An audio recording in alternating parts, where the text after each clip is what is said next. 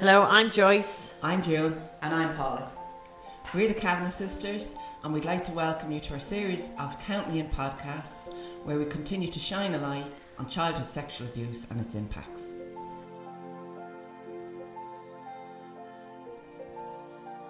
In today's podcast, we'll be discussing anger. This is something we're all very familiar with. We grew up in a home that was extremely angry. Yeah, he was very volatile. You never knew what would set him off. You never knew what mood he would be in when he walked through the door. I was thinking about that too, the fact that we were all so angry, we were all so hurt. Like with his volatile personality and our pain, the energy in the house must have been awful. But I don't think we would have been conscious of the atmosphere. No, and as very young kids, all of us would have been suppressing everything. There's something else we had, Paula. We had tunnel vision because it wasn't safe to look in either direction. You basically looked ahead. You never looked back and you never knew what was coming in front of you. That tunnel vision you're talking about was an expression of the total fear we lived in on a daily basis.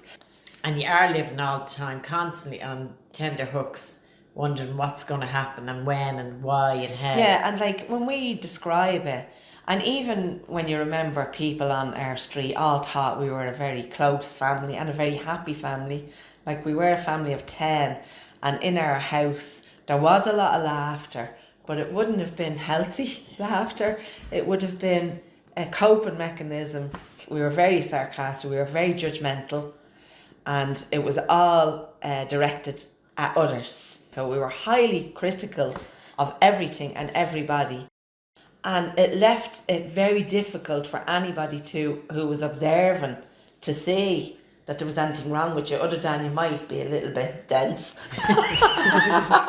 Like we all thought we were stupid because our behaviour conformed to that thinking. Yeah. Because it was fear driven and absolutely overwhelming fear, to the point where it dulled down all of our expressions, our creativity, our ability to move forward and advance, and that was all dampened down by the fear we were in daily. But it helped convince us that, God, he's right, we are stupid.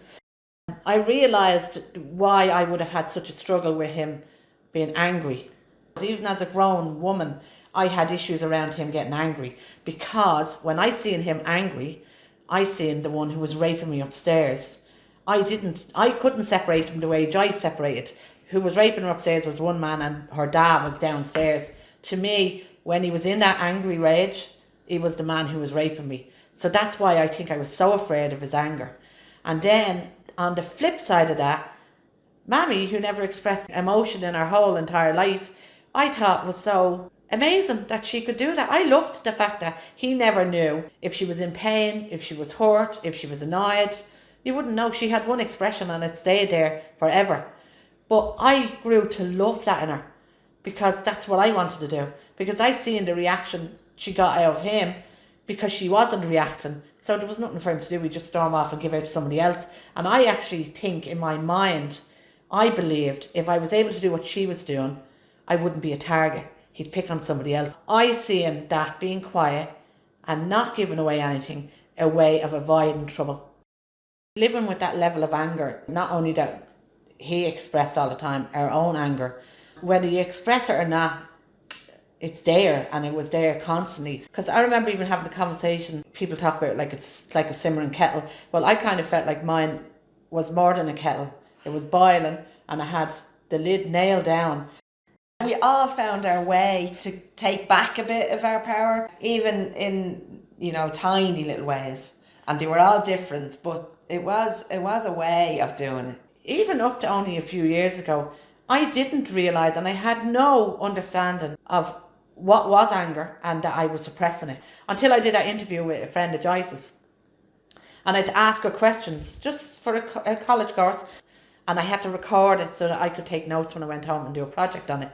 And when I went home, I put on the tape to play, and I will never forget what that did to me, because I could hear my own voice and how angry I was when I was in no way angry when I was asking her questions. But I'm even aware from listening to podcasts and from editing and all that, I'm aware that my tone is completely different externally than it is in my head. And I don't know how to swap that around, because it's just about getting different. more in touch with your feelings, and that's a process. You can't go from the life we've lived to just turn that off. You are unfolding that. That is happening. Every little awareness you're getting, that's happening. You're getting in touch with your feelings and your triggers. You're identifying them. And once you know yourself more and you understand your reactions, then you have empathy for yourself. I wanted to hit back at him and I couldn't. So I found my way of hitting back at him, and my little daily conquest with him, where I used to hide his glasses because that really pissed him off. And when I didn't hide them, he'd have them on his head looking for them. But that takes guts, because the tantrum he would throw looking for his glasses frightened everybody. The actions you took would have frightened us. We would have been too afraid to do that. What did you do with your anger? I don't know what I did with my anger. I remember hating him and all that, but I was able to do that dissociation stuff really well. I do think you did a lot of laughing. And yeah, that. I did. I laughed a lot, but that doesn't... No, but it is actually a release, believe it or not. I didn't do anything, only cry. But I don't think I was acting. I think I didn't know. Yeah, I think I genuinely didn't know. Yeah. I can remember the very moment that I woke up, and in his statement in the courts, he gave a reference to each one of us. He described our personalities, and he was agreeing with what he was accused of, but no more and no less. So he said in June's case, June always thought it was a joke. And I remember being taken aback that he knew each one of us. He described us all and our personalities. And by doing that, he acknowledged that he used a different technique with each of us. When I heard that, I remember thinking, oh my God, I did think he was only joking initially. Yeah. Well, I always remember now, and you must have been 4 or 5, and we were sitting down and you wouldn't shut laughing, and he came in as usual, shut the fuck up. He turned on the telly. Yeah, I was in his way. I was blocking the telly, and I stood up and he was saying, sit down, you little fat cunt. Because it was a little fat fairy when he was happy, but it was a little fat cunt when he was annoyed.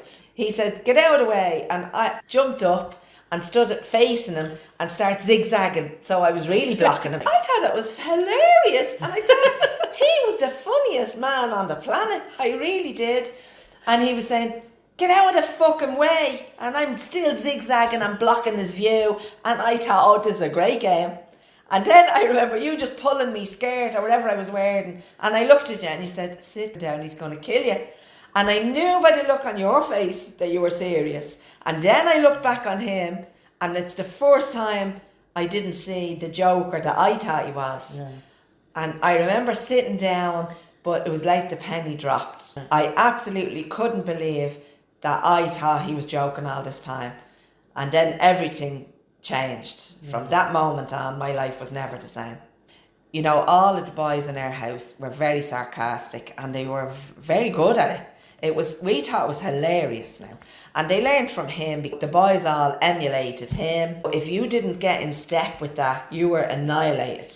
They'd slag me for having no boobs, for wearing glasses. Any flaw they would pick up on, and my God, would they run to town with it. So I learned very quickly that you get like that or you're dead. And so I did develop a very quick tongue and a very quick wit. But I also had the edge, like my anger and my rage, I was able to seep out through very smart comments with people that I knew I could cut into. Now, I would know it. The minute I'd say it, I knew how harsh what I had said was. But I couldn't retract it. It was already out. And then I'd be in my head. And it was too painful in my head, because I'd be calling myself names. Why did you do that? My God. And I would just cut that off. I'd have to kill myself if I carried on that train of thought. But that's how I found I got out my anger. It was in little ways, little pieces, a little comment here, a little dig there. I don't think I ever really found an expression. As I said, all I ever did was cry. When things got too much for me, I either fainted or cried. And that was my expression.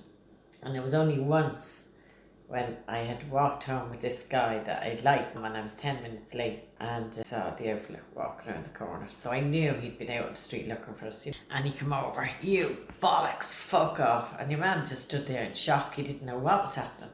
"You gee bag in," and he smacked me on the back of the head.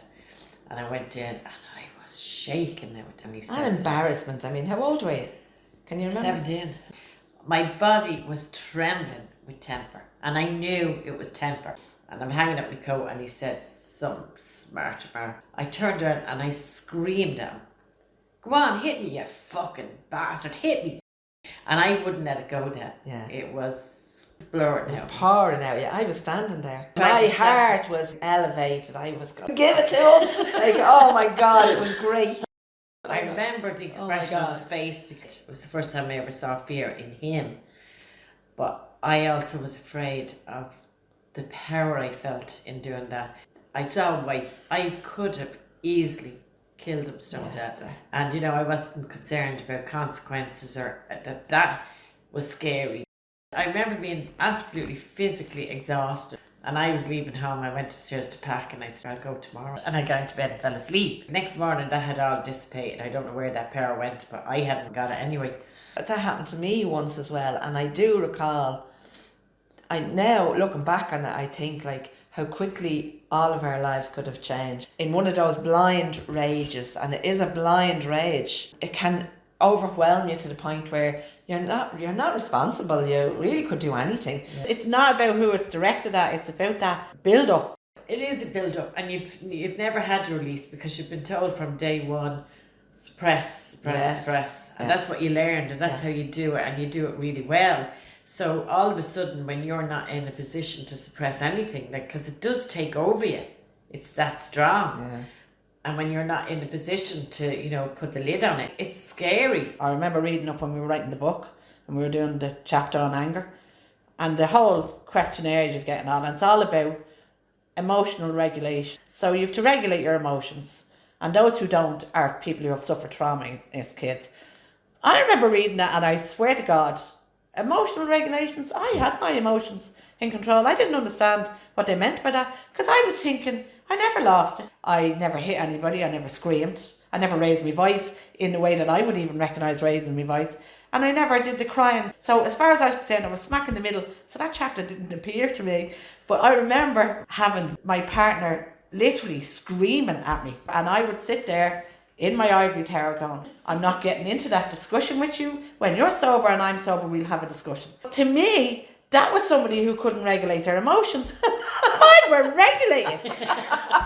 As far as I was concerned, I was in total control. I'd pat myself on the back going, "I'm glad you didn't lower yourself to that." What I felt was I would have been like the outfit. All that aggression and in your face and all that never got anywhere with me. As soon as somebody got angry with me or got to that screaming stage, immediately I would go into shutdown mode. Now, I wouldn't be aware of it, but immediately I'd go back to that child thinking, "Oh, fuck no, I'm not dealing with this." But in my head, to justify as an adult, I would be thinking, "Good on you not doing that stupid behaviour, saying things you don't mean and having to apologise afterwards." Because I wasn't able to do that either. Because as far as I'm concerned, other people had issues. If they went and sorted themselves out, I was fine. And I was a dream to live with. In my mind, you would not get better than me. What's your problem? Now, I can honestly say I don't feel like that anymore. Yeah, because remember you were saying you used to be thinking to yourself like, "What is the problem? I haven't screamed at you. I don't shout at you. And why are you losing it?" You know. So when somebody was having an argument with me, I honest to God had no idea what they could possibly be fighting with me over. Your face. But I would have had the same thing with yous. You know, when yous were losing it with me, I'd be going, "What?" Yeah. So how do you know now that you're regulated? I know because I am no longer capable of doing Putting a what I lid on did. it, yeah. I can't put a lid on it anymore. I have to express it somehow. Even if it's physically going out for a long walk, I have to do something. Now you just have a desire now to understand it as well. And I see I'm not blaming myself anymore. Yeah. So now if somebody annoys me and I react or don't react, I can sit and go, I know what I did that there and I know why. I also now know the difference between guilt and shame, which is huge. So now I can go back and go, I was there lying there, I shouldn't have done that. Or I didn't like the way you spoke to me there. Now, I feel like when you got a couple of aha moments here today when we were talking, and I remember the last couple I'm after getting, and that feeling like, well, you're kind of going, oh my God, like, I want to put myself through hell for years because of that. It's also, I think when you get those aha moments, or you get those moments of realisation of why you behaved in a particular way, as a child, an adult, a teenager, it doesn't matter. It's that level of respect you have for yourself when you look at why you did something and how you survived by doing that. Yeah. You're not working on your anger on its own. No, because we're not robots, and it is a process, and it doesn't happen overnight, and other stuff comes alongside with it, and so it should. One of the ways I'd know I've moved is if we're talking, if we're doing these talks and all that, I know which parts trigger me. But now I actually see triggers as a really good thing, because I learned something from them. And it's like that aha moments, even now, after all we've done. I know. I find the pennies only dropping for me on the biggest areas for me, which is the anger, that understanding why you don't cry. It's the letting go of all the blame that's attached to that. And they're the hardest for you because you're doing them last. Yeah. That's how you know how hard they were, because you're still working on, and that's okay. I think it's great to be able to connect with the child because, as I said, the tunnel vision, we never ever looked back. So looking back and imagining, and it's probably easier for us because, you know, when you have kids and you look at them at a particular age, like I remember watching my kids on their daddy's lap and thinking, Jesus, by that age now, I had already been raped, destroyed. And it's great to see that there's an opposite. But then there's a kind of yearning and a grief over that. But it does help you connect with the child, which is someplace I would have never wanted to even go. Yeah. You know, it takes a bit to understand. That's all part of the learning. You can actually embrace the child, because that's where the compassion and understanding comes into it. It's understanding that contradiction between growing up and doing everything you can to make yourself small and invisible, and the complete contradiction to that is you're dying for somebody to see you and help you and notice you, and those two things are constantly clashing. But I didn't want to be seen, I wanted to be saved. I think when I was a young one, I wanted to be seen to be saved. I felt if they saw me, they'd see the pain. Like, anger is a healthy thing. It wasn't our experience. It was always a negative and something to be afraid of and something to avoid. We've learned as adults that's not the case. Because now I'm more concerned about the impact it's having on me not saying it. Yeah. Being able to discuss your emotions, to name them, to describe how you're feeling, even if it's to tell somebody, like, you really hurt my feelings there when you said such and such. I would now recognise not only is that a really healthy thing to do, it's an extremely courageous thing to do. In that doing that, you're actually loving yourself. And I know that can be hard for you to see in the moment. So, like, it's a cross between dealing with the anger and setting boundaries. Yeah, and managing your emotions better. Like, I certainly would have learned to manage my emotions a lot better. And it was because, like that, the consequences were just too hard on me. I mean, the strongest thing about it is anger is an energy, right? But it's also a camouflage for some kind of hurt that needs to be acknowledged. And unless you acknowledge it, you're going to be expressing it negatively.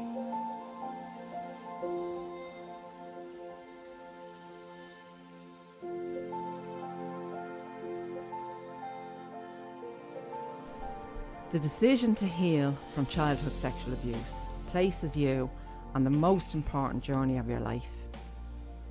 You're in charge of this journey. Only you know what works for you and what doesn't. It takes as long as it takes, because there's no rushing it and there's no faking it. You have to feel it.